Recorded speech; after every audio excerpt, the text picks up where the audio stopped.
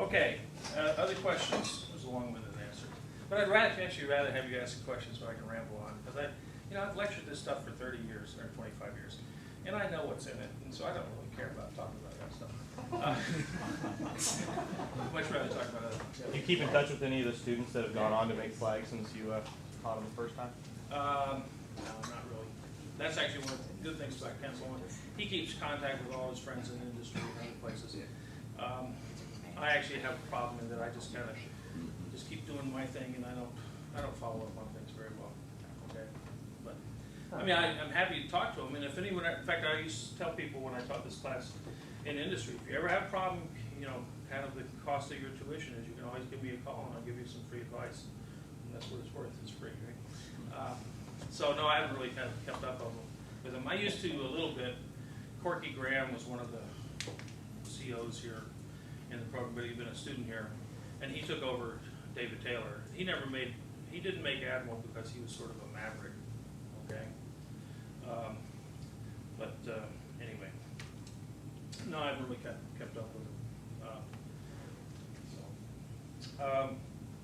Every now and then I get a phone call from them because they had some problem they think I can solve. So, we talked about shape charges, and did I loan one of you that came to see me a book, a magazine that talked about shape charges?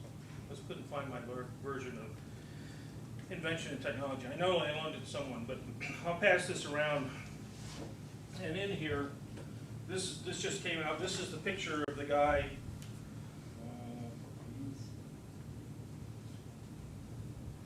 Charles Monroe, and working at some Navy yard. Can't see it very well, but it says USN in here. He basically kind of set up explosives with this kind of shaped piece, and he found that he could even take leaves, and you could impress leaves in metals, okay, with shape charges. This contrast there. This is an old-time, this is a book on history, and they take a cone or a disc, sort of like this dish thing, and they set off the explosive charge. This is the charge, and it causes this thing to invert, and it shoots out this jet of copper that goes at like 17,000 miles an hour. So in that picture, with the degrees, the charge is the shape on the left. Yeah, and this is the piece of metal. And when the charge detonates, and its energy kind of is going that way, but it's pushing the energy here, this thing actually inverts, and everything kind of comes slamming towards the center. And when you go to, the velocity all goes to zero at the center, Sure. And then it has to go the other way. So you take all that energy and focus it, if you will, and get a kinetic energy weapon. Is there anything on the left side of the charge when it detonates, or is it just? No, this is just a mathematical model. Okay. They actually have, here's a picture of one of the shells with the cross section of one of the shells. Here are bazookas. Here's the bazooka. Here's the Panzerschreck, and here's the Soviet version in World War II. Here's the Afghanistan version. Okay. They use this technology for cutting holes in metal pipes in the oil business and fracturing the stuff to get the gas and the oil out of the ground and stuff. So this is kind of a nice little article. I'll pass it around with this. There is something on the other side, but the computer model didn't really give it to you. Okay, that's an old computer model. They got a lot fancier computer models. But I mean, they have shape charge rounds. I was sitting in a hotel room or something, and the History Channel came on. They had something on armored cars, and they showed, just a regular old semi-automatic weapon. They got normal little rounds that are shape charge rounds, and so these armored cars were trying to deflect the little shape charges. Okay, so that's shape charge. Let's just follow up on that. Okay, any other questions? Okay, let's talk a little bit more about fatigue and fracture and fatigue. I didn't put the notes on the board, but let me go over.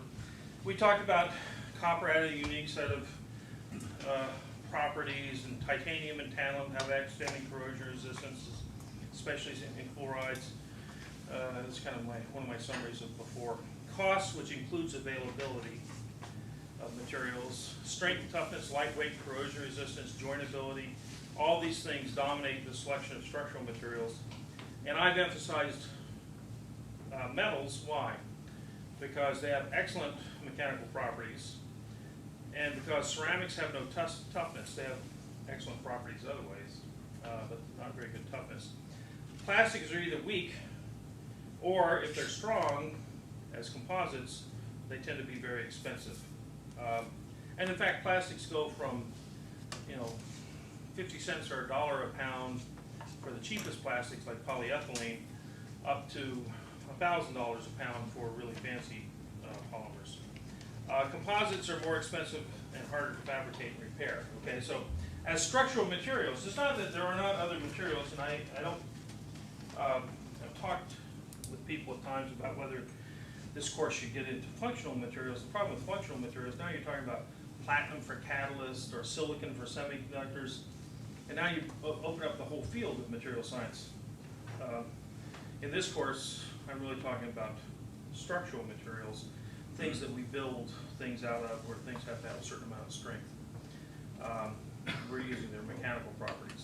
Now in that, we talked about the fact that all materials have, well actually I haven't emphasized it, but every material has flaws.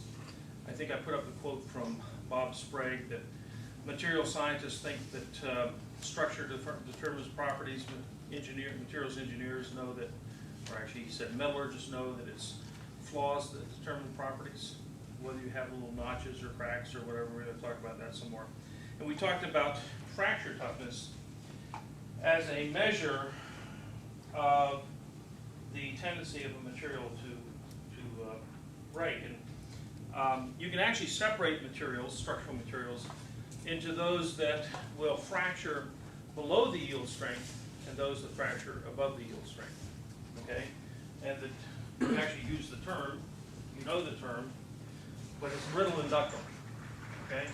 If I go back to Hooke's law and Young's modulus and stuff, and you've got some stress strain curve, or you can do force versus displacement.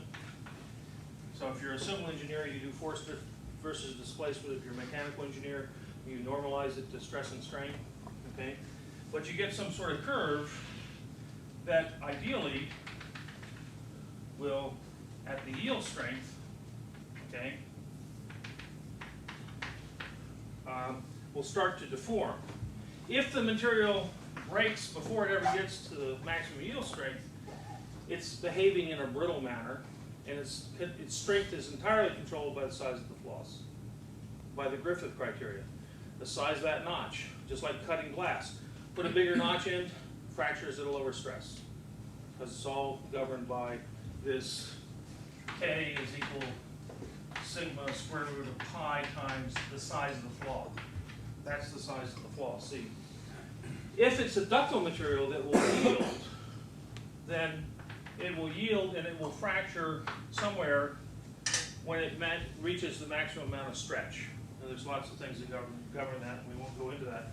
But one of the first things you should do when you ever look at a failed piece of material is determine whether there was any stretch before it broke. And in general, if it stretched a significant amount, like 5 or 10% before it broke, it essentially gave all it could. Now, there are some cases where a material might stretch 1 or 2%, but now you're getting into stress concentrations and things, so it might stretch locally, but usually 1 or 2% is not considered a very ductile material. 5 or 10% stretch before breaking is usually considered plenty of ductility. The problem is when materials get brittle. And there are two things that are sort of Achilles heels for steels, which I have talked about as the wonder material, right, for structural material, is they tend to get brittle when they get cold. And I've shown you the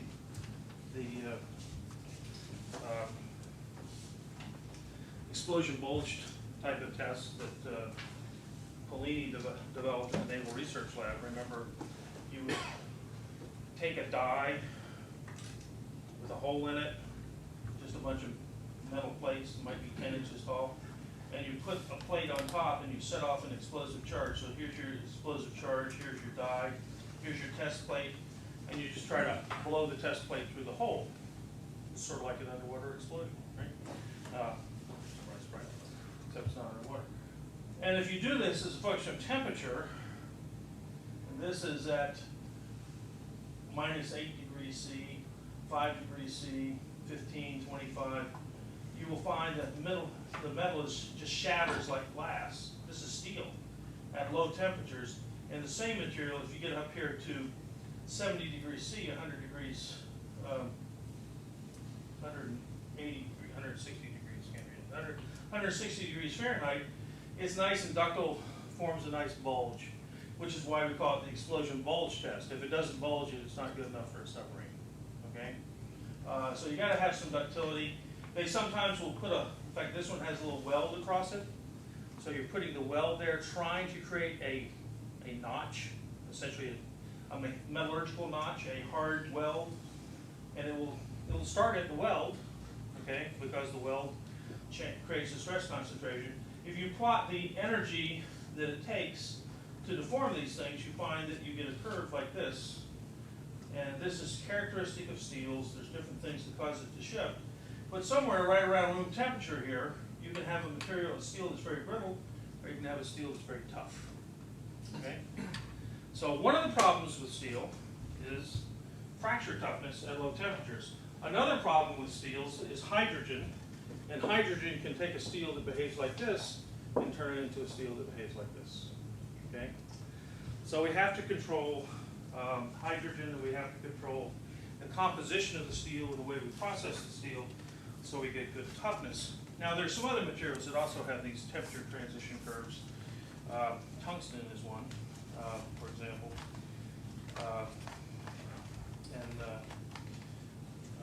Well, anyway.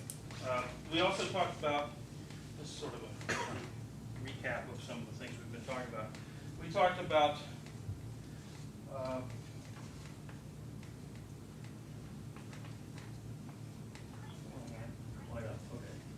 we talked about the ratio analysis diagram.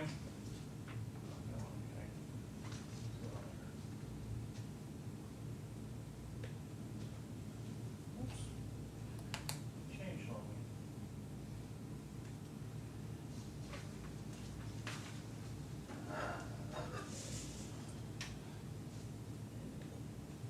Okay, the ratio analysis diagram of Polini. This is the energy of fracture. This is the yield strength, and you have these plots that show as you get stronger and stronger, you lose your fracture energy and your toughness goes down, where you really need it to go up, because your maximum stress, as your yield strength goes up, that maximum stress can get larger and larger. So you really need, this is going the wrong way. Nature's heading the wrong way for you. If you look on here and you look at critical section thickness, if you go through this brittle, Griffith criteria here, modified somewhat, you can talk about the critical flaw size, or critical section thickness, they call it here. What size structure will leak before it breaks? Okay, if you're building a pressure vessel, you'd much rather have it leak before it shatters, right? So they actually call it in books like this, fracture control and fracture and fatigue control in structures. There's a chapter in here on leak before break. Okay, this guy was Barsom was head of fatigue and fracture at U.S. Steel back in the heydays when the steel companies were doing well. Okay, so John wrote a second and third edition textbook. A lot of examples on bridges and buildings and stuff and failures, kind of major failures that people had. But this is critical section thickness. As you go higher and higher strength, the critical section thickness for fracture goes down to 1/10 of an inch. But at 2.5 inches, well, gee, think about it. That's a nice toughness for some pressure vessel. And if you do that, you find that somewhere around 180 KSI, as the yield strength, is about the best you'll do, and that's why the highest strength steel the Navy's ever come up with is an HY180. Okay, but in fact, at 100 or 80 KSI, HY80 or HY100, you ought to be able, even if you make lousy steel, this is the low quality corridor, the intermediate corridor, high corridor, you can, or if you're making automobiles, I mean, they've come up with high strength steels for automobiles, since some of you are interested in something other than ships, that are way up here, but no one really uses them. That's all a scientific curiosity for the research labs. So a steel company can come in and say to the automotive company, see, we have a higher strength steel. And the automotive designers will look at it, and they might even make something out of it and do a crash test and find that it doesn't behave all that well in fracture. Okay, you get high strength. But if you really want something that's going to crush and absorb energy in a collision, you're going to be down here in the 80 to 100 KSI range. And in fact, they have an HY130 that originally was, the goal for it was HY150. But the real problem with that is the weldability to get the properties. Okay, which is why they spent $50 million back in the 1960s to develop it, and they were going to build the SSN-21 out of it, Seawolf out of it, but they really didn't have the fabrication procedures to do it. And you can go to other common metals like steel, or like aluminum and titanium, and you find, we talked about this stuff before, again, you can get critical section thicknesses in aluminum alloys, but these are in the, you know, you want to be below 40 KSI on your aluminum. Sure, Boeing uses things with 60 KSI yield, but boy, they have to have a lot of fracture engineers designing that, and they have to be really careful about inspecting those things. If you're building hydrofoils, or I got a situation of a aluminum water storage tank that blew up and killed a guy, you really ought to be using the softer aluminums where you have plenty of toughness. Because you get up here to high strength stuff, and you're talking about critical section thicknesses that are 1/10 of an inch. Oh, in aircraft, hey, that's what you got, you know. They're not very heavy section. In titanium, if you look at this, well, anybody know what the strength of the Navy's titanium alloy is? I 100 KSI. Why? Because it's right in here. I mean, there's reasons why, yeah, there are higher strength metals. But the reason you don't use it is because you give up too much in toughness. And if someone's shooting at you, you like to have something that's tough. Okay? Even if you're not shooting at it, if people are driving their cars into another car at 60 miles an hour, you like to have some toughness. You don't like to have things shatter apart. You want to absorb energy. Okay? So there are scientific limits, I guess, to these things. Now, I think I mentioned to you once before this NavTech thing. I know I mentioned it, but I may not have had it with me. This is the cylinder from the America's Cup yacht, and I said, oh, it's operating at like 3,000 PSI. I looked at my notes. It's actually operating at 7,500 PSI. Okay, to make things lighter weight. Now, for example, a typical aircraft control system, hydraulic system, might operate at 3,000 PSI. Now, that's a lot of pressure. If you've got a pressure washer at home, I mean, 3,000 PSIs are the ones that'll cut your finger off in no time, right? So that much pressure can be dangerous. You know, typical industrial hydraulic systems, power systems that were not weight critical, might be at 1,500 PSI. The V-22 Osprey went to 5,000 PSI. Okay, to get lighter weight. And they had all kinds of problems. In fact, I think ship 4, the number 4 aircraft failed because of a leak in the hydraulic system. Okay, but they went to 5,000 PSI. These guys in America's Cup at 7,500 PSI. Now that's one of the highest that is the highest normal hydraulic system, but it's not exactly normal. It's on America's Cup yacht. It turns out, so that means they had a wall here of, so this guy who designs these things comes to me with this broken piece. Came by my home one Saturday because they were in a big rush because this thing is broken. 7,500 PSI. Originally they made it out of aluminum alloy, 7075 T6. This is a kind of a old style Boeing alloy from the 1970s. They have better alloys now. But at the proof stress is is the stress that you're going to test this thing to before you put it in service.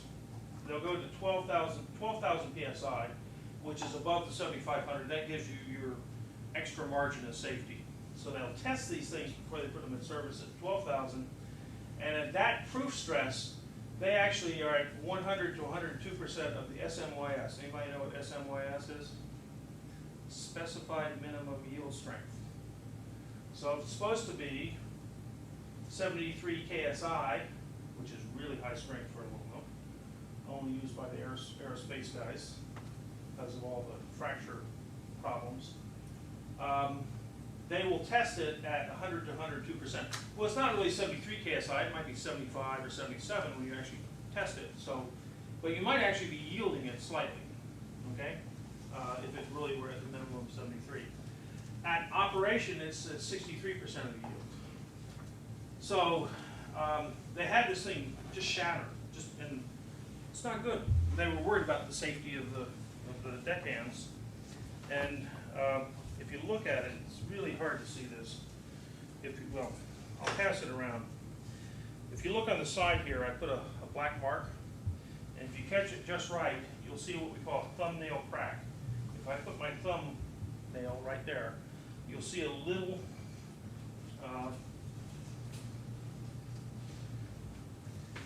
bit different gray color, the shape of the thumbnail across there.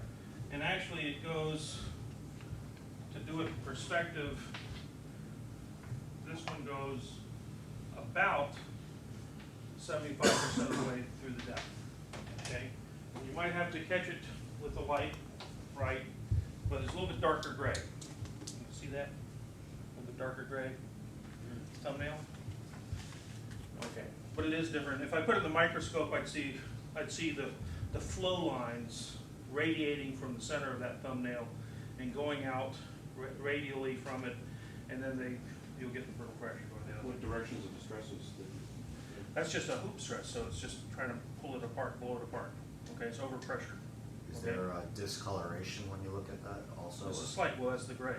Slightly different gray, okay? It's a slightly different texture. Shows up better in a microscope, but you can just barely see it. What's this thing doing to me? Close the iris a little bit, okay. So, so they were worried about safety of the deckhands. They wanted it to leak before it broke. Okay, you'd much rather cut their finger off or put their eye out than kill them, okay? Better to maim them than kill them. Okay, so the redesign, which I came up with, or we came up with, was to change the temper of this alloy to a T73. This is the optimum aging, gives you the highest strength. The 7075 with the T73 is a stress relief. The 3 means they strained it 3% afterwards to get rid of any stresses from heat treatment. And the 7 is overaged, so we've gone past the peak of strength in the aging curve for this precipitation hardened material, and we've lost a substantial 10 KSI in the strength. But the toughness goes up just a little bit. But when you go through the fracture mechanics formula, the critical wall thickness goes from 3 millimeters to, or the critical flaw size goes from 3 millimeters to 4 millimeters.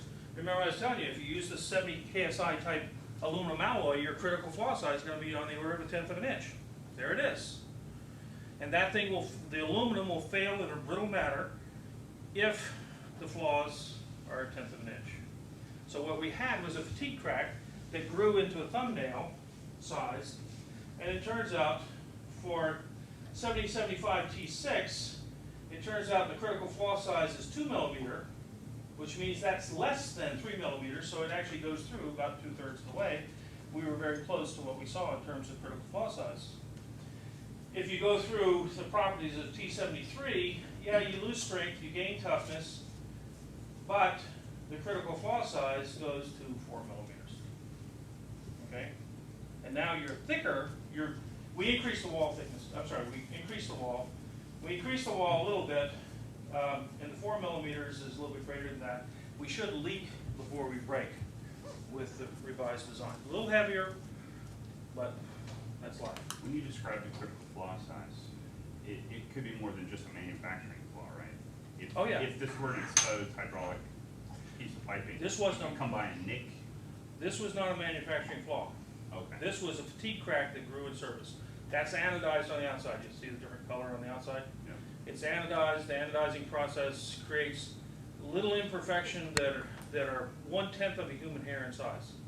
Those are big enough, and we're going to talk about fatigue in a little bit, to start a fatigue crack. The fatigue crack grew to that thumbnail that was 2.5 millimeters deep. Once it got to 2.5 millimeters deep, I now have the rip in the piece of paper that's going to cause it to fail, and fail in a brittle manner. Even though aluminum is inherently ductile, reasonable ductility, but it still fails in a brittle manner because of the flaw in the material. It's the flaws that control the properties, just like Bob Sprague said. Okay, he's right. Okay, and so all these metallurgists who go out and make the better material with no flaws, well, they're living in a fairyland. Because when you actually manufacture it, you're allowed to introduce flaws, and we'll talk about that a little bit later this morning. But even if you don't introduce flaws, even if you make a aircraft landing gear and you triple vacuum arc remelt it and you do all kinds of inspections and you have no flaws bigger than a human hair, they will still grow flaws in service. Fatigue cracks that will grow to a big enough size until bang, the whole thing lets go. Okay? Not a good thing. What is it about those numbers that tell you it'll actually leak before it breaks? Is it that the 4 wall mil- thickness is the same as the critical flaw Well, size? We're right on the edge here, okay? The 4 millimeters is actually greater than the 156. 4 million, 160 versus 156. What it is, I mean, he was going to go out and actually test this. This was the calculations we did in my dining room that Saturday morning, okay, that he came to see me. And I didn't charge him. I said, if you'll give me the piece, so I can show the students, I won't charge you anything for this, okay? But well, all we did is we changed the heat treatment to come up with something that should have more, what we call damage tolerance, okay? It'll tolerate a 4 millimeter flaw rather than a 2 millimeter flaw. We doubled the flaw tolerance by sacrificing 20% in strength and gaining 15% in toughness, okay? It's not a big change, but we just doubled the critical flaw size. And he could have played other games and come up with a little bit heavier wall, but we were getting to the point where the wall size was getting to the point where you should probably stretch. This is all idealized for what we call a perfectly linear elastic material. In fact, the material's got a little ductility. If he had the other side to show me, I actually could probably have found a little bit of stretch before the thing broke. So this is a first order calculation. There are PhD, MIT mechanical engineers, aeronautical engineers, who could refine this calculation down, to a couple of extra decimal points. I'm just showing you that, I doubled the critical flaw size by giving up 20% in strength but gaining 15% in toughness. Not a big change, but this is the type of design calculations that someone ought to be doing. Not you as a manager, but the underlings underneath you ought to know about these things, okay? And the typical metallurgist you hire doesn't know squat about doing a fracture mechanics calculation. Half the mechanical engineers don't know it. Most of the aeronautical engineers don't know it. But you get a good fracture guide, and this is what they do all the time, okay? I've been on a review panel for a jet engine manufacturer, and they've had a few failures, like, let's just say something on the order of a dozen out of 17,000 parts out there, okay? But they're concerned about them. No one's died yet, but come close, okay? Because you fly these things around and the engine fails, it's not a good day. I always remember the quote from the Air Force general testifying before Congress about a delayed program. He says, in spite of our delays, I feel confident we will have an engine there for the first flight. Good. Pay these generals to say these things, right? We won't fly without an engine. The only point I'm giving you here is small changes in properties can double your critical flaw size. Yeah, I'd love to have 8 millimeter critical flaw size that would just double the wall thickness. Then I know I'm going to have, hydraulic oil squirting out as opposed to the whole thing shattering in two, which is what this did. Okay. So no, it's not a perfect calculation, but in theory, yes, it's a little bit bigger. So Would did you that like to have a calculation double work out for it? Pardon me? That calculation work out for their design?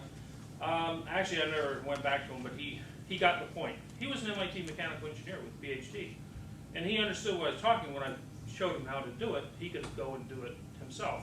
These are just textbook values that, and I'm just showing you this calculation to show how you would do it. I'm not saying this is the final choice that I would make, because it's still right on the edge. This one's right on the edge. But I could come up with a little more safety factor. But let's say I had a structure that had a 2-inch thick wall. Well, I'd love to have a 4-inch thick critical flaw, or 4-inch critical flaw size. And in fact, I don't have pictures of it, but, and I haven't talked about hot isostatic pressing, but there's a pressure vessel used in industry. And they had one up here in North Andover, Massachusetts. It was the largest one in the world, this hot isostatic pressure vessel. This technology was invented just after World War II in Columbus, Ohio at the Battelle Memorial Institute. The world's second HIP unit was right down there in the same room where the most valuable cargo across the Atlantic came. Back in the 1940s, Professor Grant had one, he told me. Because I bought a HIP unit and put it in there back in the mid-80s. And I saw him in the hall and said, look, I got a HIP unit. He comes in, he looks at it, he says, do you know that's where the second one in the world ever was? Okay, back 30, 40 years ago. Anyway, so there's, where was I going with the HIP unit? I would want a bigger flaw. Oh, the HIP unit up here. This HIP unit, 60 inches in diameter, is a pressure vessel with 10-inch thick walls, okay? And it blew up one night while they were operating it. The largest piece was 16 tons, and it was found 3/4 mile away, okay? There was a fine, on average, this thing weighed about 250 tons, and it broke into like 70 pieces, okay? And in a brittle fracture mode, okay? And one 5-ton piece was found on the chair of the operator. He had just stood up to go walk 3 feet away to change the chart paper on his chart recorder. If he had not gone to change the chart paper, he'd been smushed, okay, by this 5-ton piece, okay? So it's not easy to get a 10-inch critical flaw size, but in fact, they actually had designed it so that hopefully they would, but they had several things go on. The steel that they produced, okay, was made in Japan because no American steel company could make that anymore, so they had the Japanese make it. And the Japanese, typically what you do when you make something that's critical is you may have a piece. So this vessel actually had a shape like this.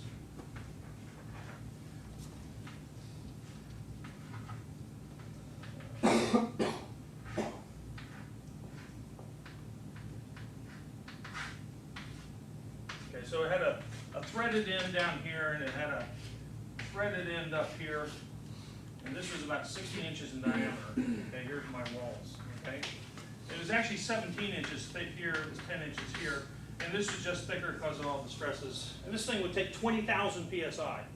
Okay, in operation.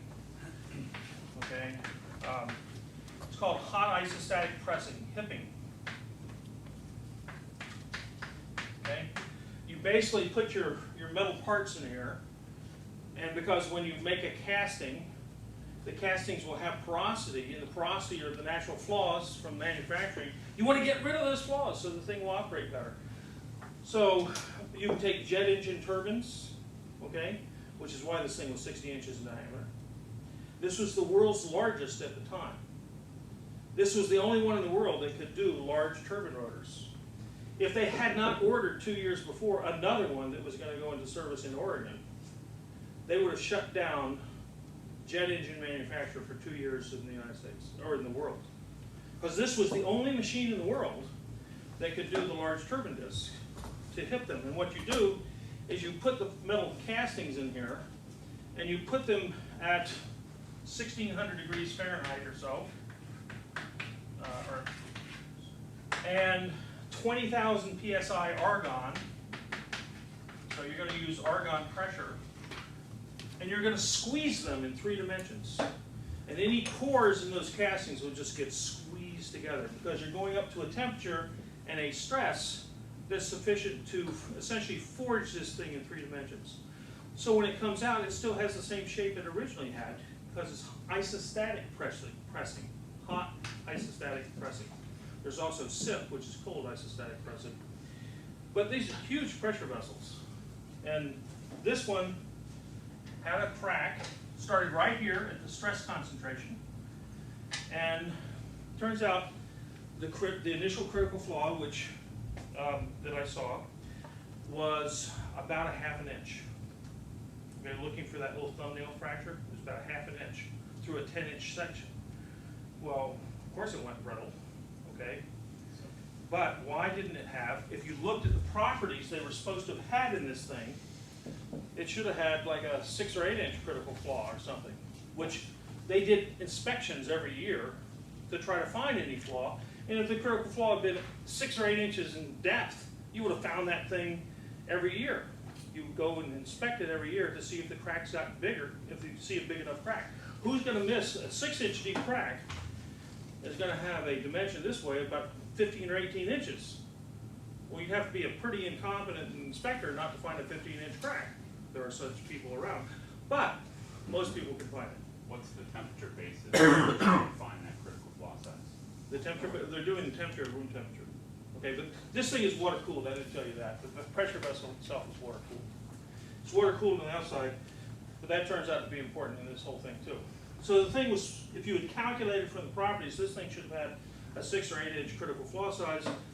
And in a damage tolerance approach, you're going to go and do an inspection periodically, like every year, of the whole thing, to make sure you don't have a big enough flaw to cause a brittle fracture. Okay? But this one was only ½ inch in size. Now, maybe someone should have found it, but there were a couple things going on.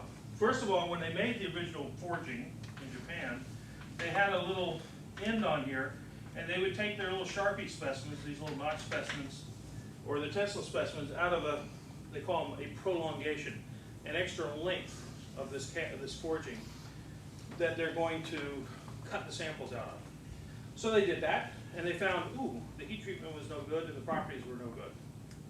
So they decided, well, we'll reheat treat it, because you can't throw away a 200-ton thing that's, you know, worth a few $1 million. So they reheat treated it, but when you reheat treat, you've already machined off the prolongation. You have no other piece to test the properties. So what you do is you just put this little piece in the furnace that you didn't machine all the pieces out of, but it's not actually part of this, okay? So it didn't quite cool at the same rate when it comes out of the furnace. The big piece cools slower than the little piece, right? And so it's not uncommon to take a piece, and sometimes they'll actually cast separate little tensile bars and stuff. And if they're not the same size as the big piece you're trying to measure, and they cool at a different rate, you may get better properties on the one that cools quicker than you do on the one that doesn't cool as fast. If you cool slower, you tend to anneal the metal though, right? You make it more ductile? Well, in this case, it's called normalizing the steel, and you're trying to cool, air cool at a reasonable rate, and you get a finer grain size. And so you don't want to cool too fast to get martensite, which is hard to brittle. You want to cool to get fine grain size.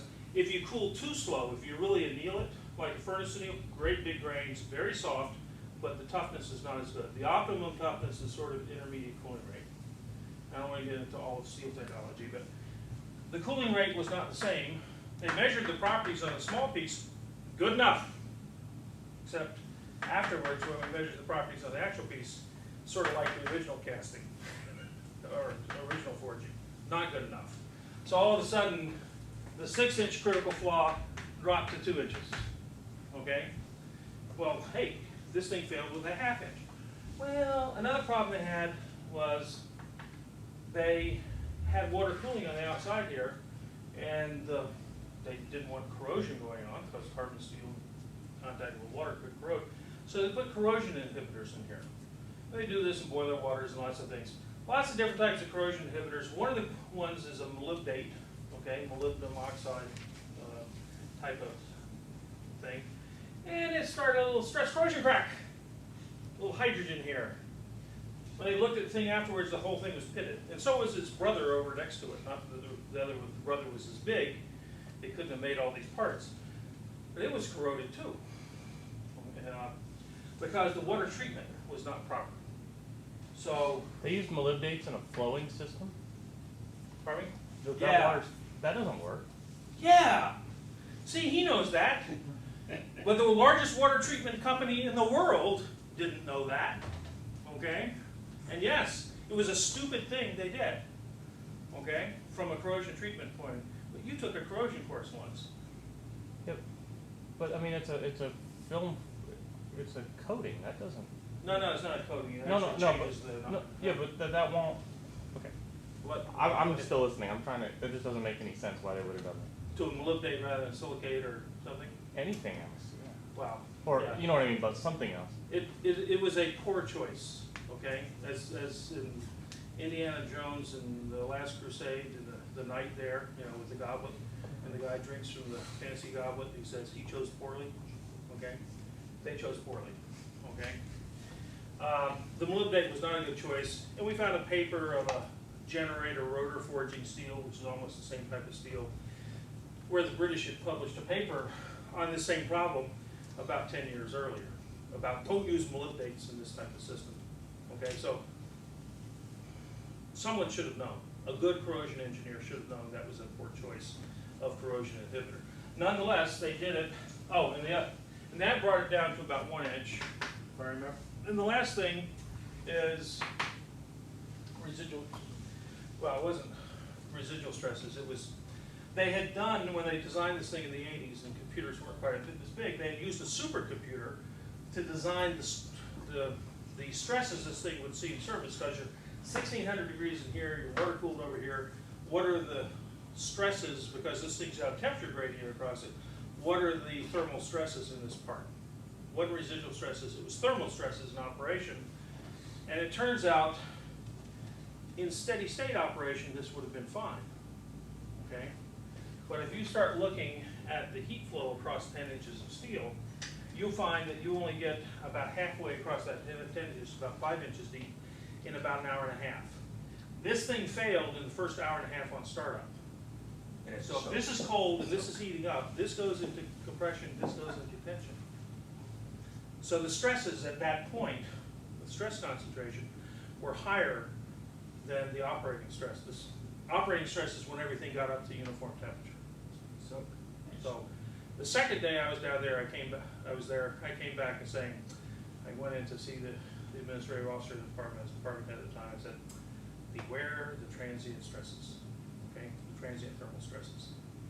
So that was the first, I didn't know about the corrosion problem at the time, but I knew they had a thermal stress problem from the transient heating up period, okay? Because once you get this thing to uniform temperature across here, they calculated that stress, but they hadn't calculated the fact that you can have even higher stresses during your startup due to the thermal stresses, okay? So it was three things. It was poor material, it was corrosion, and it was thermal stresses. And the thermal stress, I can't remember exactly, but the thermal stresses brought it down to about, lo and behold, 1/2 inch critical flaw size. So if I put everything together, I could finally explain the fracture. Three things stacked up to get this decent sized critical fracture that I could have found by yearly inspections, and they were doing the yearly inspections. Why the yearly inspectors didn't notice all this corrosion going on is beyond me, okay? But nonetheless, the thing blew. Fortunately, 6 months later, they had another one come up in Oregon, come on stream, and so they didn't shut down production. But I remember seeing there were a lot of Harley-Davidson aluminum engine, blocks, okay, that were there ready to be hipped, because they're cast aluminum, and let me tell you, if you're sitting on 800 cc's or whatever of power going on there, on top of it, you don't want a brittle fracture. So they do a hot isostatic press, okay? But the cost of operating a vessel like this is about $2,000 an hour. So, and it takes 24 hours to go through the heat up and cool down cycle on a vessel this size. So just to charge things in there is $20,000 bill, or no, $2,000, $50,000 bill. So you got to put in valuable enough material. You don't do this on automotive parts. Figure out, value of a pound saved. You got to be in. Well, actually, you can say a Harley-Davidson is an automotive part, but this was sort of a critical part if you're sitting on top of the engine, right? Would they assign liability to, for the accident? Well, in this case, you assign it to the steel company. You know, the attorneys sue everybody. The steel company comes in and they end up paying something. The water treatment company comes in, they end up paying something. And the original designers who forgot to look at the transient startup stresses, well, their problem was, there's the definition of a non-responsible party in litigation. That's someone who doesn't have any insurance. And there's the definition of a partially responsible party, someone who doesn't have enough insurance. Okay? So this whole thing was like a $60 million loss. And the original insurers had like $2 or $3 million worth of insurance. Plus, it was like 20 years before, and so there are some laws in some states that you can't sue beyond a certain number of years. But other states, like Arizona, there is no statute. Okay, I just had a guy tell me yesterday he settled a case on a 32-year-old fan. Okay, couldn't do that in most states because most states would say after 32 years it actually already proved itself. Okay, but not in Arizona. Okay, so it depends on the state. Was there any Martensite formation when they? In this, no Martensite. I thought I didn't. No, this was a normalized steel. Okay, fine. It's supposed to be relatively fine grain. Normalized, no Martensite. It was not a heat treated. I just not thought quenching temperature. when you were first talking about how they made it, I didn't know if they had cooled it wrong or something. To get the best toughness for even a carbon steel plate, you'd like to get fine grain size. Actually, this is a good thing to talk about. The only thing in steel that will give you both strength and toughness is fine grain size. You know, you throw carbon in there, it'll give you more strength, but it just, you know, hurts the toughness. You throw manganese in there, helps the strength, but sort of neutral to toughness, okay? The only thing that gives you a big boost in both is fine grain size, okay? You can get high strength and very fine grain size by quenching and tempering, which is what the Navy does in HY80.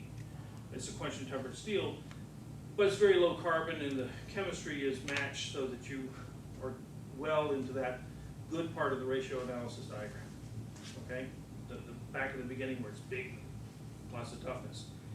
This, they were going for a reasonably high strength for big section material, but the forging material is fairly highly alloyed, and it was a normalized steel. And normalizing means you heat it up and you air cool it at the intermediate rate to give you a fine grain size.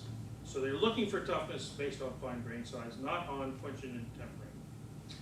Now, to tell you, I didn't tell you about the LNG story, did I? Of how the Coast Guard measures toughness. I was telling someone else this, it wasn't you guys.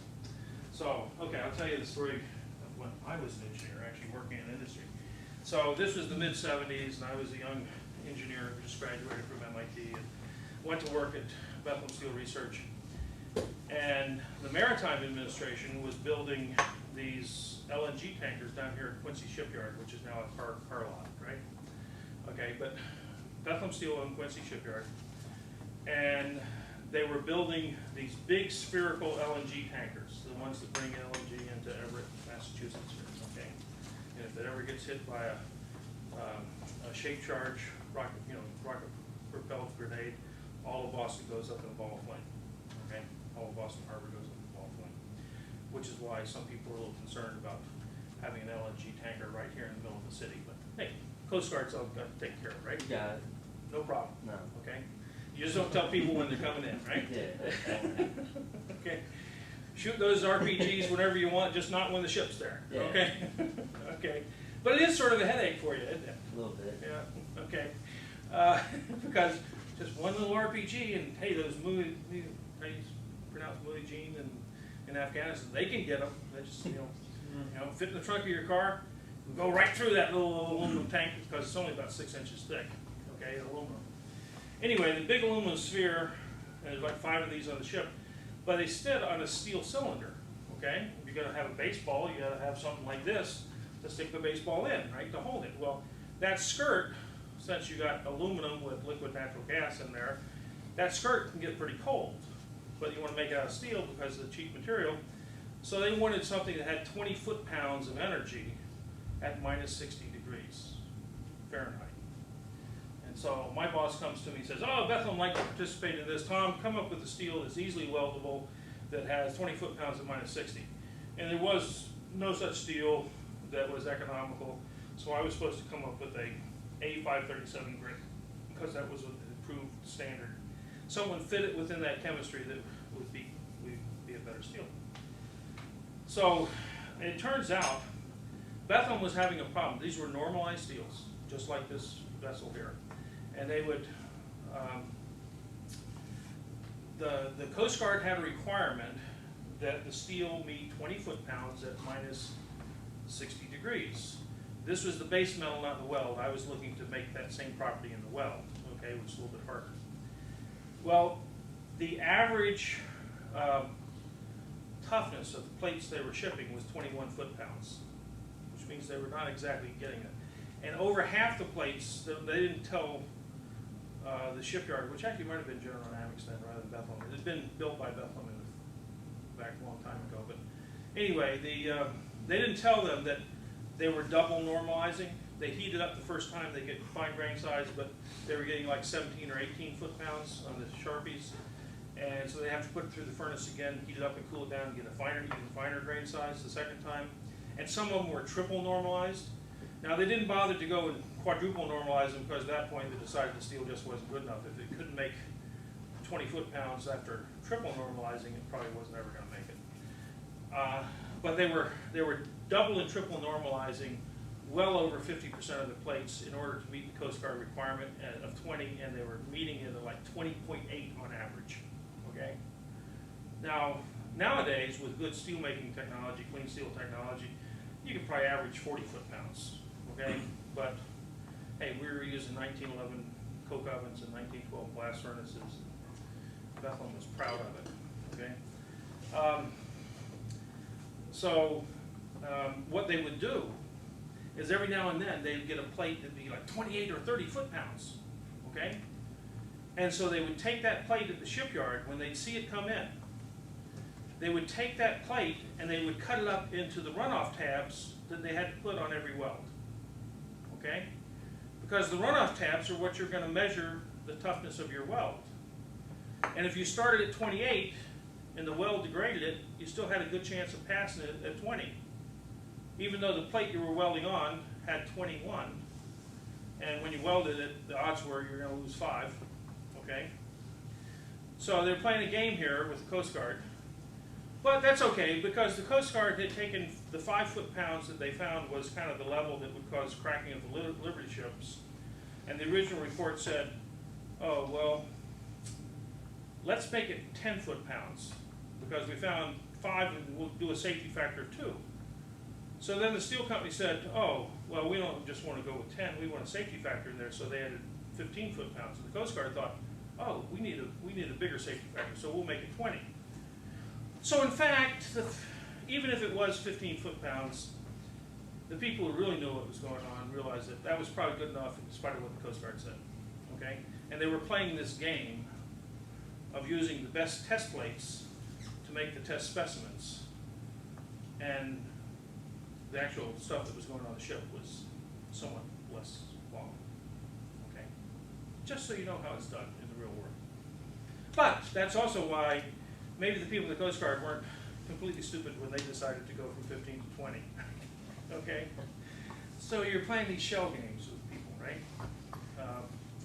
And I haven't ever heard of the ships failing for those reasons, but I will tell you a story which we're not going to get to today, but I'll tell it to you tomorrow about those same tankers that were built and the failures that occurred in the 1980s in the tail shaft.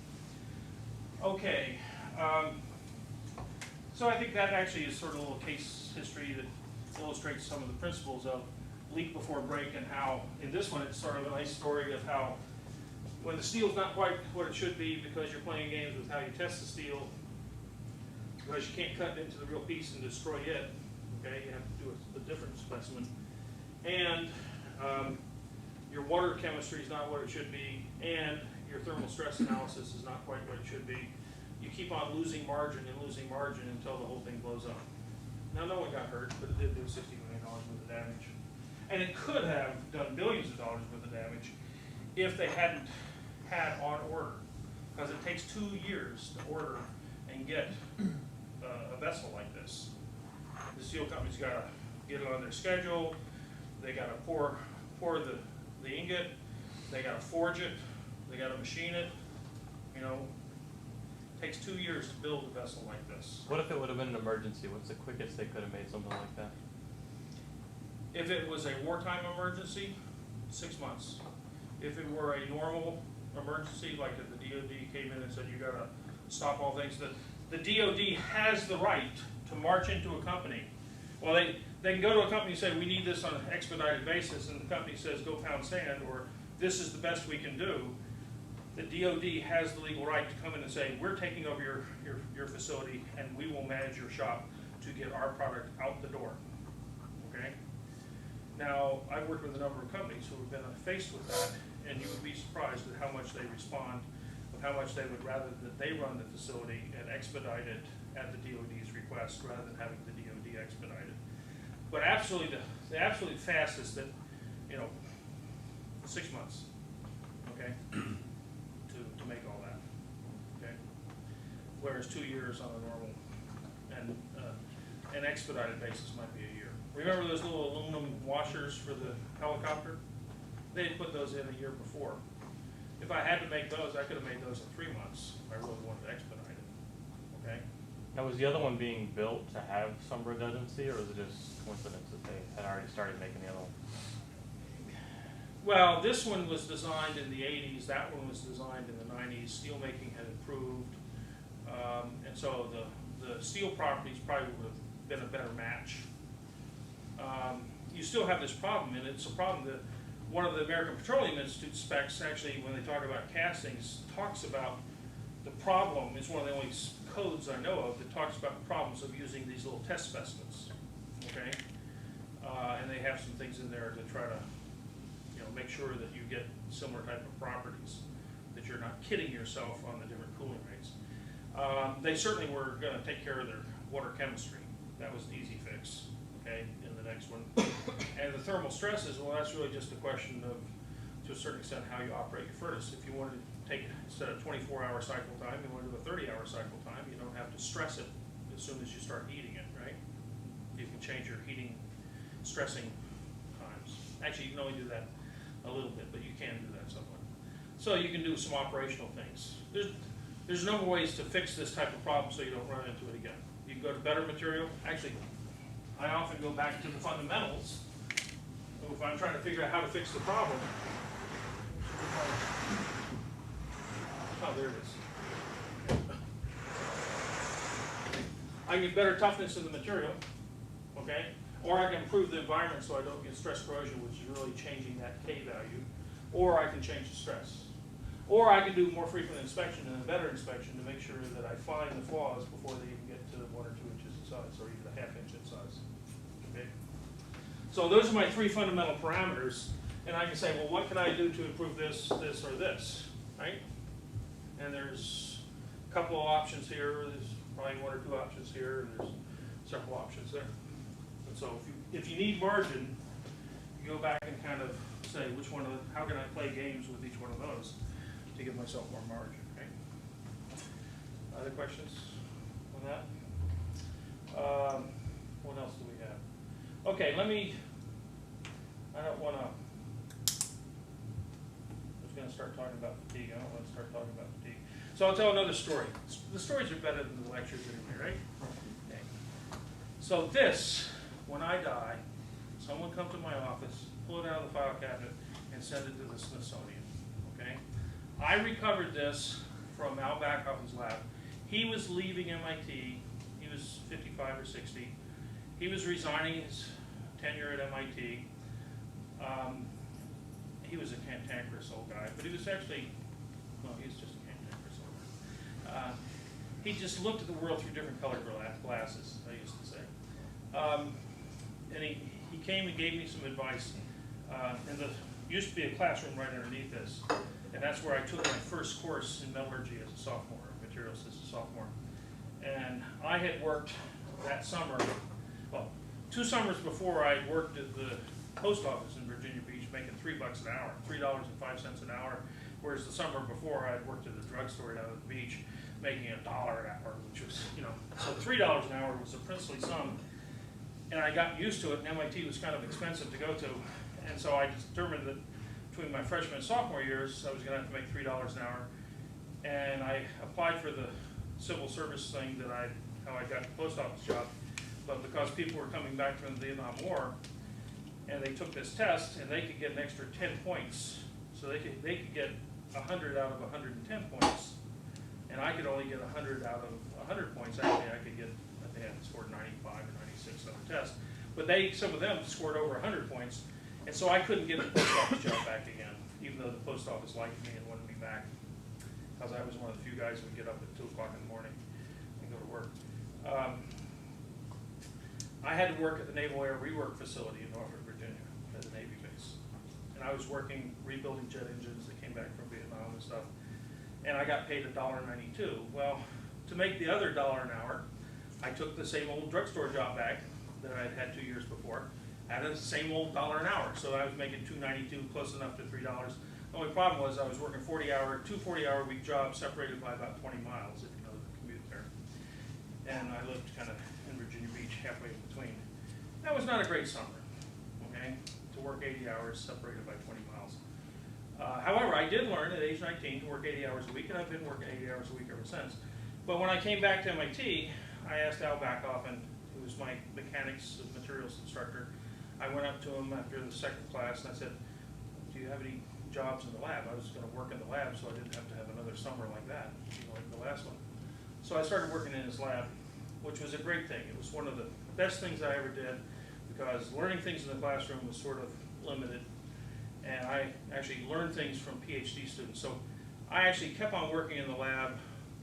This is before we had Europe here. And by the time I started my own bachelor's thesis 2 years later, I had helped 5 PhDs finish their theses. Okay, so I learned how to do research.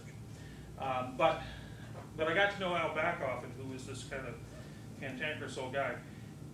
Al Backoffen wrote a book called Deformation Processing, which I still think is just absolute classic, but because he's such a cantankerous, ornery guy, he didn't get along very well. He used to bless out his contract monitors and tell them they were stupid.